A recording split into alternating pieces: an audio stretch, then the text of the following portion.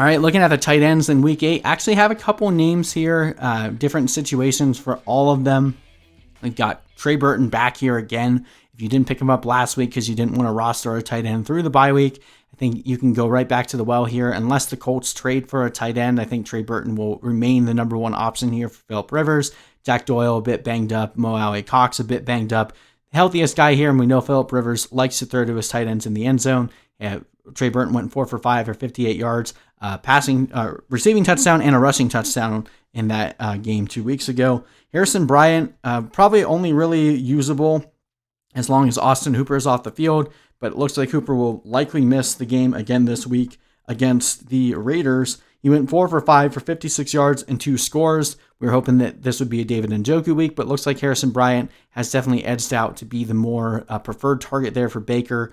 So 5% fab there if you need a tight end start this week. Logan Thomas is on bye this week, so you might be able to do the same thing you did with Trey Burton last week and just punt and try to pick him back up next week. But he's really started to develop rapport there with Kyle Allen. Double-digit fantasy points in the last 2 weeks. He has been looking pretty solid. And, he's had a lot of targets and air yards throughout the entire season. It just took a while with Dwayne Haskins not being able to hook up with him for the majority of the season other than week 1. Finally, Kyle Allen kind of starting to get a bit of a rapport and a rhythm there with Logan Thomas. So, probably someone that isn't going to be an exciting start for the rest of the year. But if you just need a tight end that's going to get consistent targets and has a chance to score, you could do worse than Logan Thomas. Richard Rodgers, probably only going to be useful for this week with Dallas Goedert likely not coming back until week 10.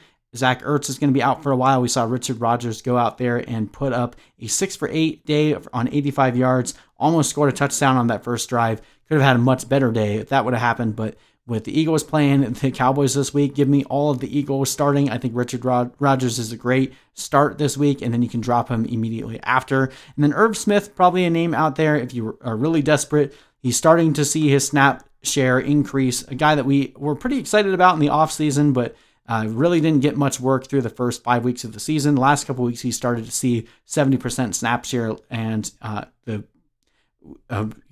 back in week 6 when he played the Falcons, he went 4 of 5 for 55 yards. So again, definitely starting to see the targets tick up there.